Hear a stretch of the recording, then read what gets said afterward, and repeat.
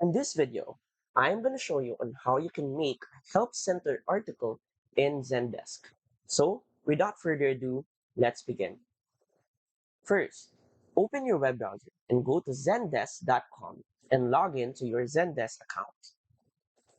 From here, click on support right here on the top left, and then you should see the knowledge option from the drop-down menu. Go there.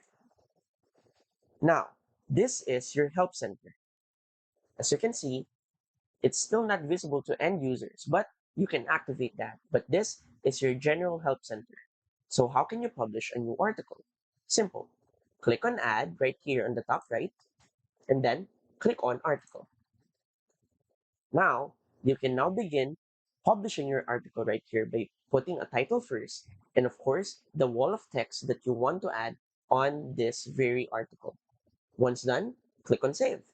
And that's it. So, if you find this video helpful and want to support our channel, feel free to use our affiliate link given on the video description. Thanks for watching, and I will see you in my next video.